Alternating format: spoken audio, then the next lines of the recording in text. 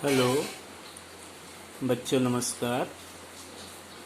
आज हम लोग कक्षा 8वीं गणित विषय के अंतर्गत विस्तार सूत्र और उसके अंतर्गत प्रश्न संग्रह 5.4 में सरल कीजिए से संबंधित प्रश्नों को हल करना सीखेंगे। तो उसमें पहला प्रश्न देखिए, सरल कीजिए में यक्स ऋण 2y धन 3 का वर्ग, मतलब त्रिपदी का वर्ग है, धन यहाँ भी त्रिपद है, त्रिपद का वर्ग। तो पहले हम त्रिपद का वर्ग करेंगे, मतलब a धन b धन c का वर्ग। इस विस्तार सूत्र को अप्लाई करेंगे। तो अब विस्तार सूत्र क्या है? a का वर्ग धन b का वर्ग धन c का वर्ग, मतलब पहले पद का वर्ग धन दूसरे पद का वर्ग धन तीसरे पद का वर्ग, धन 2 गुणे पहला पद गुणे दूसरा पद, धन 2 गुणे दूसरा पद गुणे तीसरा पद, धन 2 गुणे पहला पद गुणे तीसरा पद। इस तरह से इस पहले त्रिपदी का विस्तार लिखे हमने। अब दूसरे त्रिपदी व्यंजक का विस्तार लिखेंगे। पहले बड़ा कोष्ठक, फिर वही क्रिया, पहले पद का वर्ग धन दूसरे पद का वर्ग धन तीसरे पद का वर्ग, धन 2 गुणे पहला पद गुणे दूसरा पद, धन 2 गुणे दूसरा पद गुणे तीसरा पद, धन 2 गुणे पहला पद गुणे तीसरा पद। अब इनके हम वर्ग को लिखेंगे। चलिए यहाँ से शुरू करते हैं। तो यक्स का वर्ग क्या होगा? यक्स वर्ग ही होगा। ऋण 2y का वर्ग कितना हो गया? 4y वर्ग, धन 3 का वर्ग 9। अब आगे देखिए, ये जहाँ तक गुणे का चिन्ह है वह पूरा जो है एक पद है। तो एक पदी जितना है उस पूरे को एक साथ सॉल्व करेंगे। तो यहाँ पहले गुणांकों का गुणा कर लीजिए। 2 दूनी 4, ऋण 4 हुआ, ऋण 4 x y, ये धन है ये ऋण है तो ऋण ही होगा, ऋण 4 x y, ये हो गया।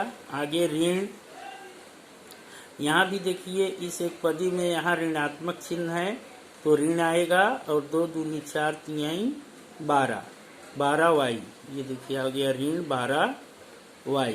आगे धन, अब तीसरे को हल करेंगे तो ये धन है, इसमें ऋण कहीं नहीं है तो धन ही रहेगा, 3 दूनी 6 x, इस तरह से हुआ ये धन 6 x। अभी दूसरा है यक्स वर्ग। तो यक्स वर्ग का यक्स वर्ग, फिर 2y का वर्ग, 4y वर्ग, 3 का वर्ग 9 हुआ। फिर इस पूरे व्यंजक को हल करेंगे तो 2 दूनी 4 xy धन 4 xy। आगे देखिए यहाँ पर ऋणात्मक चिन्ह है, इसका मतलब ऋण आएगा। गुणांकों का गुणा कर लीजिए। 3 दूनी 6, 6 दूनी 12, 12y, ये देखिए ऋण 12y आ गया। इसके बाद यहाँ भी देखिए ऋणात्मक चिन्ह है, ऋण 3 है तो 3 दूनी 6 x, ऋण 6 x। अब इसमें जितने भी सजातीय पद हैं उनको एक साथ लिख लेंगे। यक्स वर्ग यहाँ है, इसके अलावा देखिए यक्स वर्ग यहाँ है तो यक्स वर्ग के साथ यक्स वर्ग को लिख लेंगे। फिर 4y वर्ग, और देखिए y वर्ग कहाँ पर हैं? ये देखिए 4y वर्ग, तो 4y वर्ग धन 4y वर्ग लिख लिया। इसके बाद 4y वर्ग भी हो गया। तो इसके बाद हम देखेंगे 4y वर्ग लिखने के बाद, तो 4y वर्ग हो गया। उसके बाद ऋण 4 xy, xy और पर कहाँ पर है? यहाँ पर है धन 4 xy, तो उसको भी लिख लेंगे। ये देखिए ऋण 4 xy धन 4 xy।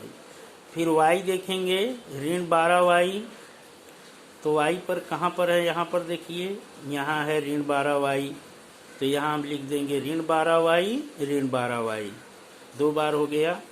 फिर यक्स देखेंगे 6x, यहाँ है 6x और यहाँ पर है ऋण 6x, तो 6x ऋण 6x। अब सारे सजाती एक साथ हो गए हैं। इसके बाद जो पूर्णांक है 9 धन 9, यहाँ पर 9 है धन 9 है, फिर यहाँ पर धन 9 है, 2 बार धन 9। अब सजातीय साथ में हो गए, तो जितने भी धनात्मक हैं वो आपस में जुड़ जाएंगे। x वर्ग x वर्ग कुल हुए 2x वर्ग, 4y वर्ग धन 4y वर्ग हो गया 8y वर्ग। अब ये देखिए इनकी विपरीत संख्याएं हैं तो कैंसिल हो जाएगा, ऋण 4xy धन 4xy। जब इनको जोड़ेंगे तो योगफल क्या आ जाएगा, 0 आ जाएगा। फिर ये ऋण 12 है, ये ऋण 12, तो ऋण 12 का जब योगफल करेंगे तो ऋण 24y, ऋण 24y हो गया। इसके बाद धन x और ये ऋण x है तो इससे कैंसिल हो जाएगा और 9 और 9 को जोड़ देंगे 18 हो जाएगा। इस तरह से हमारा प्रश्न सॉल्व होने के बाद हुआ 2x वर्ग धन 8y वर्ग ऋण 24y धन 8। ये हमारा अभीष्ट आंसर है। इसमें क्रम में बदलाव हो सकता है, धन 18 मान लीजिए यहाँ है और ऋण 24y आपका बाद में आया, तब भी उत्तर बिल्कुल सही है। धन्यवाद बच्चों।